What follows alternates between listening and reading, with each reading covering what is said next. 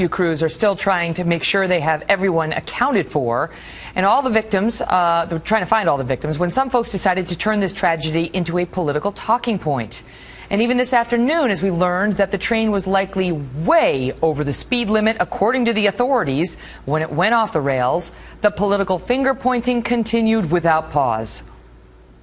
I will say as a general matter that since his first weeks in office, the president has been a leading advocate, obviously with the strong support and input of the vice president, in investing in our infrastructure. This is a wake-up call. It's a reminder of how much we depend on our mass transit, how much we depend on our roads and bridges, how much our safety is directly linked to the kind of investments we make and how we get around. Every day in America, lives are lost and productivity is lessened because of an inadequate system of infrastructure. Last night we failed them. We failed to invest in their safety. We failed to make their safety a priority. Chris Stirewalt is our Fox News digital politics editor. Really? Ooh, I mean, look, I have very low expectations for Washington and the way people talk here. It is hot garbage quite often.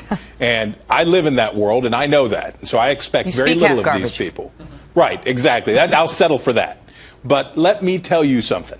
This is an astonishment even for me. This is something that I can't believe went on and is still going on, which is even before the dead are recovered, even before the families all know, even before any of this, individuals would come out with a tendentious claim about a budget fight over something that actually really matters. And that is reckless. And so far, I have not seen any consequence for the people who have trafficked in this you-know-what. Last night, we failed them. We failed them on the infrastructure. Who failed them? The engineer was going twice the speed limit. Right now, the mayor of Philadelphia is looking at him. Why aren't we talking about him? How exactly did the infrastructure fail? As you know, we have a tendency in Washington in politics to drill down on very tiny linguistic changes. Did Jeb Bush mean that or say that or this? Was the president sexist when he referred to a senator by her first name? We spend days chewing on these gradient differences and evaluating the language of individuals. Today, a lot of elected officials, including the mayor of the largest city in America, made broad accusations putting blood on the hands of Republican budget wonks for not funding Amtrak adequately.